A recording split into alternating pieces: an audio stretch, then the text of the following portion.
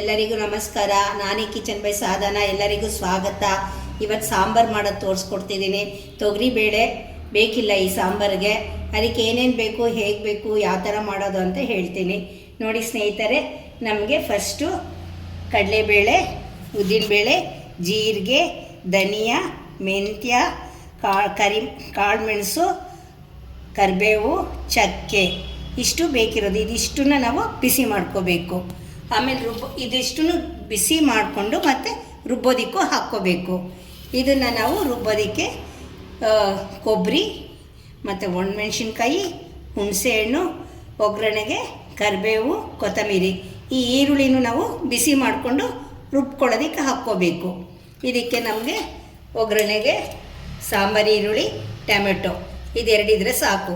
ಬೇಕಾದವರು ಬೇಕಿರೋ ಈರುಳ್ಳಿ ಇಲ್ಲ ಅಂದಾಗ ದಪ್ಪ ಈರುಳ್ಳಿನೇ ಹಾಕ್ಕೋಬೋದು, ತೊಂದರೆ ಏನಿಲ್ಲ.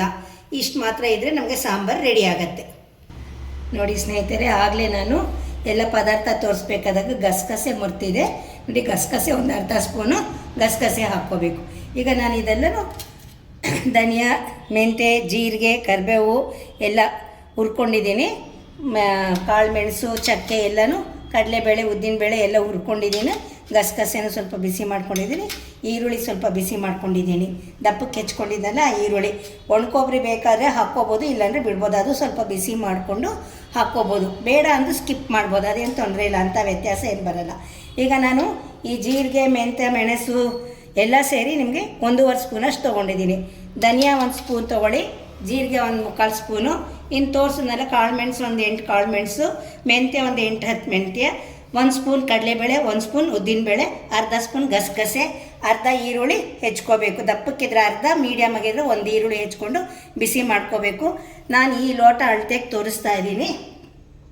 ಈ ಲೋಟದಲ್ಲಿ 3 ಲೋಟ ಅಳತೆಗೆ ನಾನು ಸಾಂಬಾರು ಮಾಡೋದು ತೋರಿಸ್ತಿದ್ದೀನಿ ನಿಮಗೆ. 1 ಲೋಟಗೆ ನೀವು 4 ಮೆಣಸಿನ್ಕಾಯಿ ಥರ ಇಟ್ಕೊಳ್ಳಿ. 3 ಲೋಟಗೆ 12 ಆಗುತ್ತೆ. ಜಾಸ್ತಿ ಖಾರ ಅನ್ನೋದಾದರೆ 8ಇಂದ 10 ಮೆಣಸಿನ್ಕಾಯಿ ಹಾಕ್ಕೋಬೋದು. ಇವಾಗ ನಾನು 8 ಮೆಣಸಿನ್ಕಾಯಿ ಹಾಕ್ಕೊಂಡಿದ್ದೀನಿ. ಇಷ್ಟನ್ನು ನಾನೀಗ ಗ್ರೈಂಡ್ ಮಾಡ್ಕೊಳ್ತೀನಿ. ಮೆಣಸಿನ್ಕಾಯಿ, ಹುಣಸೆಹಣ್ಣು ತೊಳೆದು ಹುಣಸೆಹಣ್ಣು ಹಾಕ್ಕೋಬೇಕು ನೋಡಿ. ಒಂದು ಸ್ವಲ್ಪ ಟೊಮೊಟೊ ಹಾಕ್ತೀವಲ್ಲ, ಜಾಸ್ತಿ ಏನು ಬೇಕಿಲ್ಲ, ಸ್ವಲ್ಪ ಹುಣಸೆಹಣ್ಣಾದರೂ ಸಾಕು. ಒಂದು 2 ತೊಳೆ, ಒಂದು 2 ಎಳಸು ಅಂತೀವಲ್ಲ, ಈ ಥರ ಒಂದು 2 ಹಾಕ್ಕೊಂಡ್ರೆ ಸಾಕು ನಮ್ಗೆ ರುಬ್ಬೋದಕ್ಕೆ. ತೊಳೆದು ರುಬ್ಬೋದಕ್ಕೆ ಹಾಕ್ಕೋಬೇಕು. ಈಗ ಎಲ್ಲ ರುಬ್ಬಿಟ್ಟ ಮೇಲೆ ಒಗ್ಗರಣೆ ತೋರಿಸ್ತೀನಿ ನಾನು ನಿಮಗೆ ನೋಡಿ ಸ್ನೇಹಿತರೆ. ಈಗ ಒಗ್ಗರಣೆ ಹಾಕ್ಕೊಳ್ತಿದ್ದೀನಿ. ಯಾವಾಗಲೂ ಒಗ್ಗರಣೆಗೆ ಹಾಕ್ತೀವೋ ಅಷ್ಟೇ, ಒಂದು ಸ್ವಲ್ಪ ಎಣ್ಣೆ ಹಾಕಿದ್ರೆ ಸಾಕು, ಜಾಸ್ತಿ ಏನು ಬೇಡ ನೋಡಿ. ಒಗ್ಗರಣೆಗೆ ಸಾಸಿವೆ ಮತ್ತು ಇಂಗು ಸ್ವಲ್ಪ ಚೆನ್ನಾಗಿ ಹಾಕ್ಕೊಳ್ಳಿ. ಇಂಗು ಹಾಕ್ಕೊಂಡು 2 ಮೆಣಸಿನ್ಕಾಯಿ ಹಾಕ್ಕೊಳ್ಳಿ, ಬ್ಯಾಡಗೆ ಮೆಣಸಿನ್ಕಾಯಿ ಹಾಕ್ಕೊಳ್ಳಿ. ಆಮೇಲೆ ಕರಿಬೇವು, ಆಮೇಲಿಂದ ಈರುಳ್ಳಿ ಹಾಕ್ಕೊಳ್ಳಿ. ಸಾಂಬಾರು ಈರುಳ್ಳಿ ಆದರೂ ಪರವಾಗಿಲ್ಲ, ದಪ್ಪ ಈರುಳ್ಳಿನ ದಪ್ಪಕ್ಕೆ ಕಟ್ ಮಾಡಿಕೊಂಡ್ರು ಪರವಾಗಿಲ್ಲ.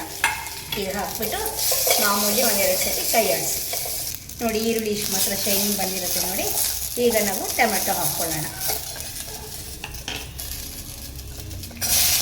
ಟೊಮೆಟೊ ಹಾಕ್ಕೊಂಡು ಕೈ ಆಡಿಸೋಣ ನೋಡಿ. ಈ ಥರ ಟೊಮೆಟೊನು ಬಿಸಿ ಬಂತಲ್ಲ. ಈಗ ನಾನು 3 ಲೋಟ ನೀರು ಹೇಳಿದ್ನಲ್ಲ, 1 ಲೋಟ ನೀರು ಹಾಕಿ ಬಿಸಿಗಿಡೋಣ ನೋಡಿ ಸ್ನೇಹಿತರೆ. ಈ ಥರ ಒಂದು 5 ನಿಮಿಷ ಬೇಯೋದಕ್ಕೆ ಬಿಡಬೇಕು. 1 ಲೋಟ ನೀರು ಹಾಕಿದ್ದೀನಲ್ಲ, ಚೆನ್ನಾಗಿ ಕುದೀತಿದೆ. ಇಷ್ಟು ಮಾತ್ರ ಕುದ್ರೆ ಸಾಕು ನಮಗೆ. ಇವಾಗ ನಾವು ರುಬ್ಬಿರೋದೆಲ್ಲ ಅದಕ್ಕೆ ಹಾಕ್ಕೋಬೇಕು. ಅಕಸ್ಮಾತ್ ಇದು ಬರೀ ಈರುಳ್ಳಿ ಟೊಮೆಟೊನೇ ಅಲ್ದಿದ್ರೆ ಬೇಕಾದ್ರೆ ನೀವು ತರಕಾರಿ ಹಾಕಬೇಕು. ಬೀನ್ಸು, ಕ್ಯಾರೆಟು, ತರಕಾರಿ ಎಲ್ಲ ಹಾಕಬೇಕು ಅಂದರೆ ಇದ್ರ ಜೊತೆಗೆ ಒಗ್ಗರಣೆಗೆ ತರಕಾರಿನೂ ಹಾಕ್ಕೊಂಡು 1 ಕೂಗು ಕುಕ್ಕರಲ್ಲಿ ಕೂಗಿಸ್ಬಿಡಿ. ಈಗ ತರಕಾರಿ ಇಲ್ಲ, ಬರೀ ಟೊಮೆಟೊ ಈರುಳ್ಳಿ ಇರೋದ್ರಿಂದ ಇಷ್ಟು ಮಾತ್ರ ಬೆಂದರೆ ಸಾಕು. ಈಗ ನಾನು ರುಬ್ಬಿದ್ದೀವಲ್ಲ ಅದೆಲ್ಲ ಹಾಕ್ತಿದ್ದೀನಿ. ಬೇಯೋದಕ್ಕೆ 1 ಲೋಟ ನೀರು ಹಾಕಿದ್ನಲ್ಲ, ಟೊಮೆಟೊ ಈರುಳ್ಳಿ ಬೇಯೋದಕ್ಕೆ. ಈಗ ಇದು 2ನೇ ಲೋಟ ನೀರು ಜಾರ್ಗೆಲ್ಲ ತೊಳ್ಕೊಂಡು ಕ್ಲೀನಾಗಿ ಅದಕ್ಕೆ ಬಗ್ಸ್ಕೊಳ್ತೀನಿ ನೋಡಿ ಸ್ನೇಹಿತರೆ. ಈ ಥರ ಉಪ್ಪು ಬರೋ ಥರ ಆಗುತ್ತಲ್ಲ. ಈಗ ನಾವು ಒಂದ್ಸತಿ ಕೈ ಆಡಿಸ್ಬಿಟ್ಟು, ಉಪ್ಪು ಹಾಕಿಲ್ಲ, ರುಚಿಗೆ ತಕ್ಕಷ್ಟು ಉಪ್ಪು ಹಾಕಬೇಕೀಗ ನಾವು.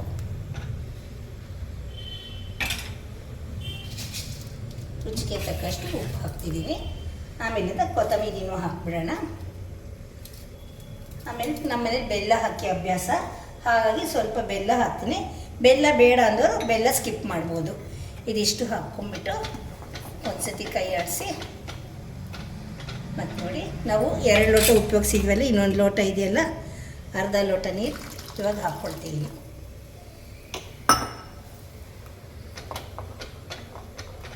ನೋಡಿ ಈ ಥರ ಸಾಂಬಾರು ಆಗಿದೆ. ಈಗ ನಮಗೇನಾದ್ರು ಅಯ್ಯೋ ಬಣ್ಣ ಸ್ವಲ್ಪ ಬೇಕು ಅಂದಾಗ ಚಿಲ್ಲಿ ಪೌಡರ್ ಹಾಕ್ಕೋಬೋದು. ಎಷ್ಟು ಒಂದು ಅರ್ಧ ಸ್ಪೂನಷ್ಟು ಚಿಲ್ಲಿ ಪೌಡರ್ ಹಾಕ್ಕೋಬೋದು ನೋಡಿ. ಇಲ್ಲಾಂದರೆ ಇನ್ನೊಂದು ಮೆಣಸಿನ್ಕಾಯಿ ಜಾಸ್ತಿ ಇಟ್ಕೊಂಡು ನಂಗೆ ಹೀಗೆ ಇರಲಿ, ನಂಗೆ ಬಣ್ಣ ಏನು ಅವಶ್ಯಕತೆ ಇಲ್ಲ, ರುಚಿ ಅಂದರೆ ಅದು ರುಚಿ ತುಂಬ ಚೆನ್ನಾಗಿರುತ್ತೆ. ನೋಡಿ ಸ್ನೇಹಿತರೆ, ಈ ಥರ ಚೆನ್ನಾಗಿ ಕುದೀತಾ ಇದೆಯಲ್ಲ, ಟೊಮೆಟೊ ಎಲ್ಲ ಮೇಲೆ ತೇಲ್ತಾ ಇದೆಯಲ್ಲ, ಚೆನ್ನಾಗಿ ಬೆಂದಿದೆ ಅಂತ ಅರ್ಥ. ಈಗ ನಾವು ಸ್ವಲ್ಪ ಟೇಸ್ಟ್ ನೋಡಿಬಿಟ್ಟು ನಾವು ಅರ್ಧ ಲೋಟ ನೀರು ಉಳಿಸಿದ್ದೀವಲ್ಲ, ಬೇಕಿದ್ರೆ ಹಾಕೋಬೋದು, ಅಂದರೆ ಇಲ್ಲ.